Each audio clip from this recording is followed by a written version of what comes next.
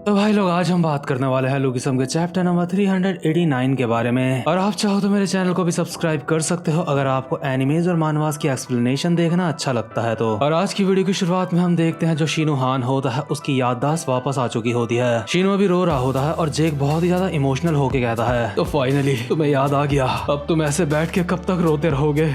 उठ जाओ मेरे भाई, हम सबको ठीक से तुम्हें सम्मान देने का मौका दो। और जैसे ही सीनू अपनी जगह से उठता है, सारे के सारे बिग डील के बंदे सीनू के सामने अपना सर झुका लेते हैं। बिग डील के सारे बंदे कहते हैं, शीनू तुम्हारा स्वागत है वापस। शीनू कहता है, तुम सबका बहुत बहुत शुक्रिया।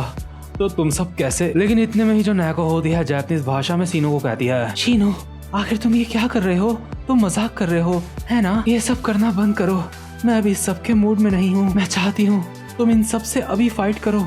इन सबको तुम्हें हराना होगा। शीनू तुम्हें मेरे लिए लड़ना होगा। तो खैर नैको भले ही दिखने में सुंदर होती है लेकिन वो बहुत बड़ी हरामखोर होती है। इसके बाद सीन शिफ्ट होता है और हम देखते हैं एक पुराना सीन जापान का। अभी हम देखते हैं जापान के पाचिंको पार्लर का सीन। जापान में पाचिंको एक ऐसी जगह होती है जहाँ पे लोग जुआ वगैरह खेलते हैं या फिर कोई गेम खेलते हैं। मतलब अगर नॉर्मल वे में बोलूँ तो यहाँ पे जुआ ही खेला जाता है। और ये जो पाचिंको होता है इसका नाम होता है लकी। अभी यहाँ पे काफी सारे लोग गैम्बलिंग वाले गेम खेल रहे होते हैं। एक बंदा कहता है, शिट मेरा लक आज मेरा बिल्कुल भी साथ नहीं दे रहा है। तभी दूसरा बंदा कहता है, हे जरा वहाँ पे देखो, वो तो प्रिंसेस मित्सुकी है। इसके बाद हम देखते हैं सोमा मित्सुकी को, जो इस पाचिंको की ओनर होती है यानी कि सीईओ। अभी हम देखते हैं यहाँ पाचिंको के अंदर कुछ बंदे आपस में बात कर रहे होते हैं। इनमें से एक कहता है, क्या प्रिंसेस मित्सुकी आखिर वो कौन है? दूसरा बंदा कहता है, तुम यहाँ पर रेगुलर आते रहते हो और तुम्हें यही नहीं पता कि प्रिंसेस मित्सुकी कौन है? ये जो पाचिंको लकी है, जब मित्सुकी के डैड इसको चलाते थे उस समय ये बस पूरा डूबने ही वाला था। लेकिन मित्सुकी एक जीनियस है। इसने इस पाचिंको को दोबारा से अपनी पुरानी फॉर्म में खड़ा कर दिया है। मित्सुकी के फादर के वजह से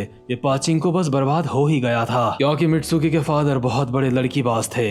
इसलिए वो इस पाचिंको को ठीक से संभाल नहीं पाते थे। इसीलिए मित्सुकी को आना पड़ा इस पाचिंको को बचाने के लिए। जब से मित्सुकी ने ये सब कुछ संभाला है, ये पाचिंको बहुत ज्यादा चल रहा है। साथ में जापान में इसकी काफी सारी ब्रांचेस भी ओपन हो चुकी हैं। ये सब कुछ प्रिंसेस मित्सुकी की मेहनत का नतीजा है। दूसरा बंदा कहता है, वो ये तो कमाल की बात है। मुझे लगता है मुझे प्रिंसेस मित्सुकी के ऊपर चांस मारना चाहिए। दूसरा बंदा कहता है, ऐसा करने की कोशिश भी मत करना, क्योंकि मित्सुकी को सारे मर्दों से नफरत है। और इस बात का पूरा क्रेडिट जाता है मित्सुकी के बाप को। वो एक बहुत ही लूज कैरेक्टर के इंसान है, जिस वजह से मित्सुकी को सारे मर्दों से ही नफरत हो गई है। अभी जो मित्सुकी के साथ बहुत सारे गार्ड्स होते हैं, मित्सुकी उन्हें कहती है, एक मिनट, मेरी मदर को गुजरे हुए आज पूरा 1 साल हो गया है। आखिर मेरे डैड कहाँ हैं? एक गार्ड मित्सुकी को कहता है, वेल दरअसल बात यह है कि। मित्सुकी कहती है, खैर छोड़ो, मुझे लगता है मुझे पहले से ही जवाब पता है कि वो कहाँ है। और मित्सुकी अपने मन में बोल रही होती है, सारे के सारे मर्द बहुत ज्यादा घटिया होते हैं। ये कचरे के ढेर होते हैं जिन्हें अपनी जिम्मेदारियों की बिल्कुल भी परवाह नहीं होती। ये मर्द जात बहुत ज्यादा मतलबी होती है,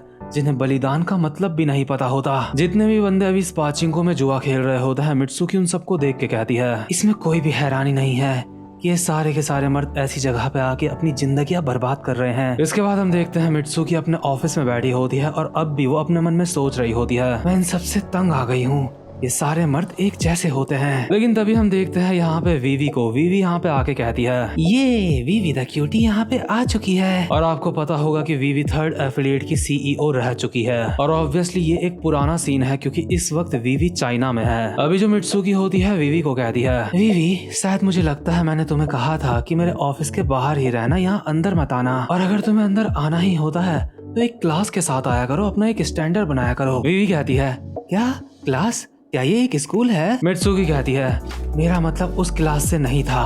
मेरी बात ध्यान से सुनो वीवी, जब भी मैं बोलती हूँ क्लास तो मेरा मतलब होता है। लेकिन वीवी को घंटा फर्क नहीं पड़ रहा होता कि मित्सुकी क्या बोल रही है। वीवी कहती है, हे मित्सुकी चलो कोरिया चलते हैं। मित्सुकी कहती है, क्या तुम सुन भी रही हो कि मैं बोल क्या रही हूँ तुम्हें? इसके बाद सीन शिफ्ट होता है और हम देखते हैं वर्कर्स के 3rd एफिलिएट को। इस वक्त 3rd एफिलिएट अंडर कंस्ट्रक्शन में होता है और वीवी अपने साथ यहाँ पे मित्सुकी को लेके आई होती है। अभी जो यूजिन होता है वो मित्सुकी को देख के कहता है, माय गुडनेस, लगता है आज वीवी यहाँ पे एक बहुत ही खास मेहमान को लेके आई है। हेलो, तुमसे मिलके मुझे काफी ज्यादा अच्छा लगा। मेरा नाम है यूजिन। वैसे मैंने तुम्हारे बारे में काफी कुछ सुना है। लोग कहते हैं तुम एक जीनियस हो जिसने पाचिंको लकी को दोबारा से खड़ा किया है। मित्सुकी कहती है, मेरे ऊपर इतना ज्यादा मक्खन लगाने की जरूरत नहीं है।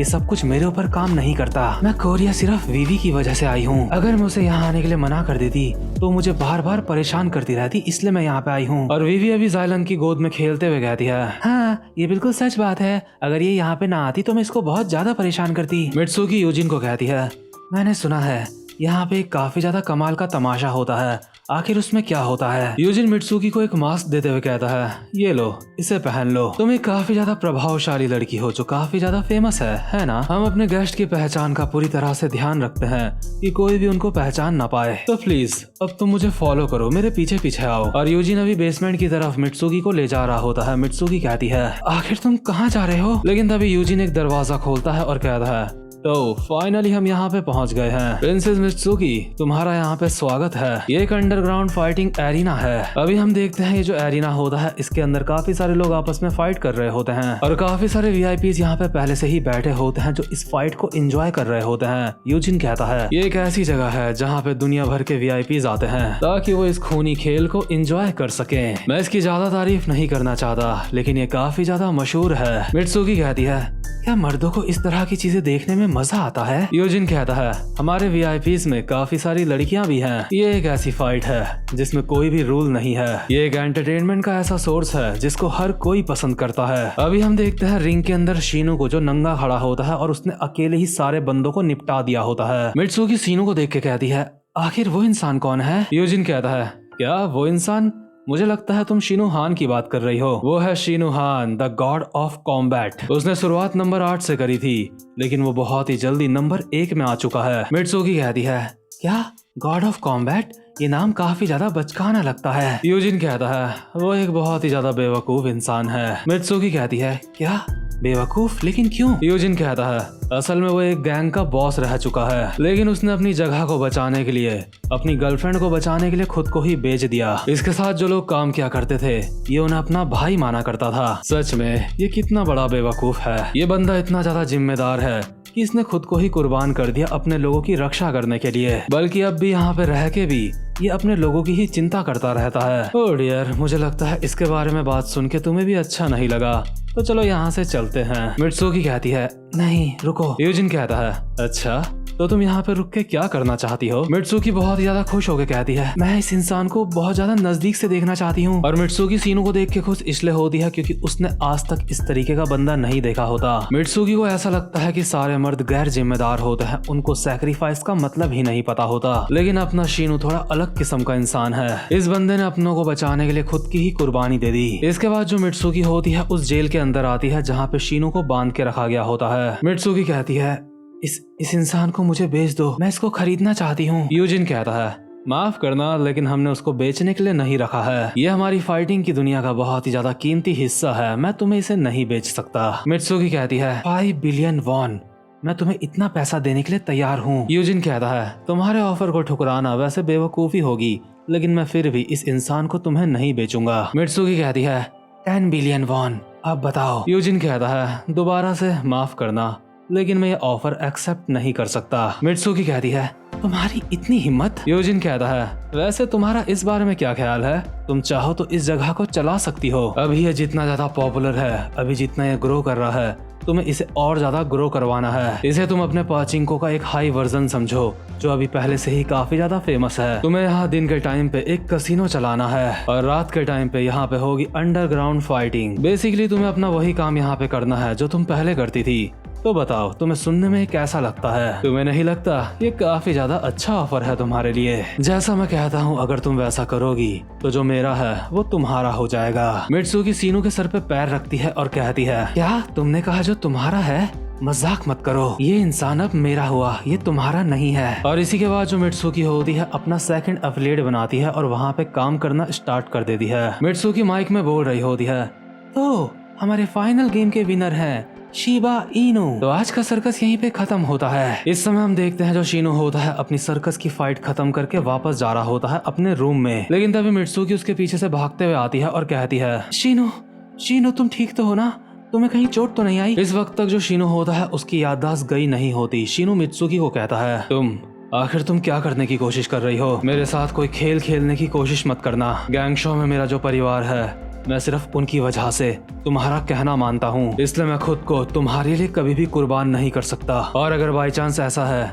कि तुम्हारे अंदर मेरे लिए कुछ फीलिंग है तो तुम्हें मैं पहले ही बोलना चाहूंगा, उन सब पे पहले ही हार मान जाओ, क्योंकि मेरे लिए मेरे परिवार से ज्यादा जरूरी और कोई नहीं है। इसके बाद जो मित्सुकी होती है रोते हुए यूजिन के पास जाती है और कहती है, हे, जो शिनो दवाइयाँ खाता है उसको बदल दो, उसे अब भी अपनी पुरानी मेमोरीज याद है, उसे वो सब कुछ भुला दो। मैं चाहती हूँ मैं उसकी पूरी दुनिया बन जाऊँ, उसकी लाइफ में और कोई भी ना रहे, उसे एक ऐसा इंसान बनाओ कि वो मेरी रक्षा करने के लिए फाइट करे। यूजिन कहता है, ये काम थोड़ा सा मुश्किल है, अभी जितनी उसकी याददाश्त गई भी है, जो वो ड्रग लेता है उसकी वजह से ऐसा है। तो तुम चाहती हो कि जो अभी वो दवाइयाँ खा रहा है मैं उसके साइड इफेक्ट को बढ़ा दूं? ठीक है, समझ गया, तुम्हारा काम हो जाएगा। मुझे सबसे पहले उस जीनियस से बात करनी होगी। आफ्टर ऑल तुम्हारे लिए इतना तो मैं कर ही सकता हूँ मित्सुकी, तुम हमारी एक खास मेंबर हो। और जिस जीनियस की अभी यूजिन बात कर रहा है मुझे लगता है आगे जाके उसका काफी ज्यादा इम्पोर्टेंट रोल होने वाला है। तो खैर इसके बाद जो शिनो होता है उसकी दवाइयों का साइड इफेक्ट बढ़ा दिया जाता है और उसकी याददाश्त चले जाती है। इसके बाद मित्सुकी ऐसा माहौल तैयार करती है जैसा पहले बिग डील में हुआ करता था, यानी कि जिस रूम में शिनो रहता है उसके चारों तरफ कपड़ों की दुकान लगा देती है। इसके बाद हम देखते हैं जो शिनो होता है मित्सुकी की गोद में सो रखा होता है और उसकी आंखें खुलती है।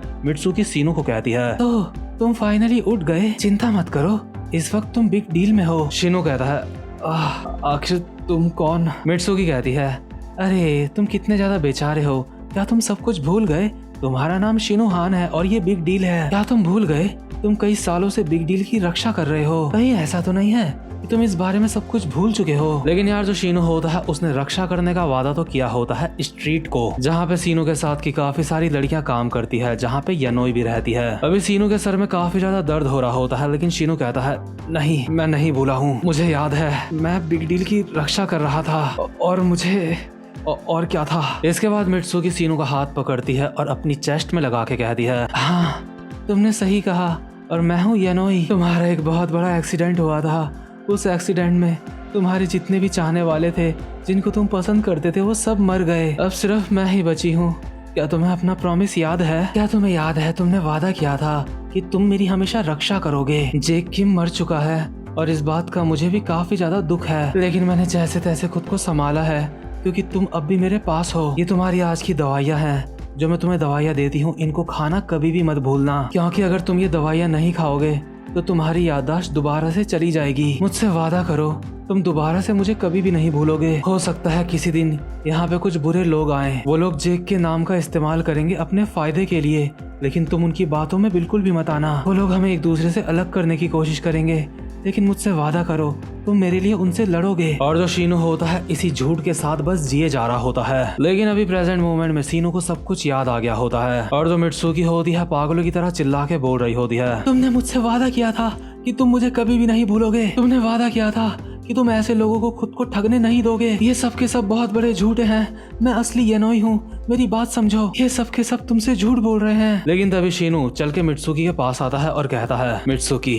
इस जगह में सब कुछ है, तुम्हारी जैसी एक अच्छी लड़की, अच्छा खाना, अच्छी शराब और सोने के लिए अच्छा बेड। सच कहूँ तो ये सब कुछ काफी ज्यादा अच्छा है, इस जगह में सब कुछ है सिवाय पैशन के। मुझे माफ करना मित्सुकी, लेकिन मुझे वहाँ पे वापस जाना होगा, मैं जहाँ से आया हूँ। और जो मित्सुकी होती है अभी रो रही होती है शिनो को देख के। भले ही मित्सुकी ने शिनो को ट्रिक में फंसा के खुद से प्यार करवाया हो, लेकिन उसके आंसू देख के साफ पता चलता है कि वो नहीं चाहती कि शिनो यहाँ से जाए। अभी जो जेक के साथ के बंदे होते हैं वो कहते हैं, जेक आखिर इस लड़की का हम क्या करें अब? जेक कहता है, इस लड़की को हम अपने साथ ले जाएंगे, मैंने उससे वादा किया था अगर वो मुझे शिनो से मिलाएगा तो मैं उसके लिए कुछ भी करने के लिए तैयार हूँ। उसने मुझे कहा था कि इस लड़की को उसके पास लेके आना है, ऐसा लगता है वो इस लड़की को किसी चेयरमैन के खिलाफ इस्तेमाल करना चाहता है। और बिग डील अपना वादा कभी भी नहीं तोड़ती, मैं अपनी फैमिली को दोबारा कभी भी नहीं खोऊंगा, हम अपना वादा निभाएंगे। तो ठीक है चलो चलते हैं। लेकिन तभी यहाँ पे कोई बंदा चलता हुआ आता है और सब के सब उसी की तरफ देखने लगते हैं। बट इसके बाद सीन शिफ्ट होता है और हम देखते हैं गन को। गन अभी बोल रहा होता है, एक बाइकर था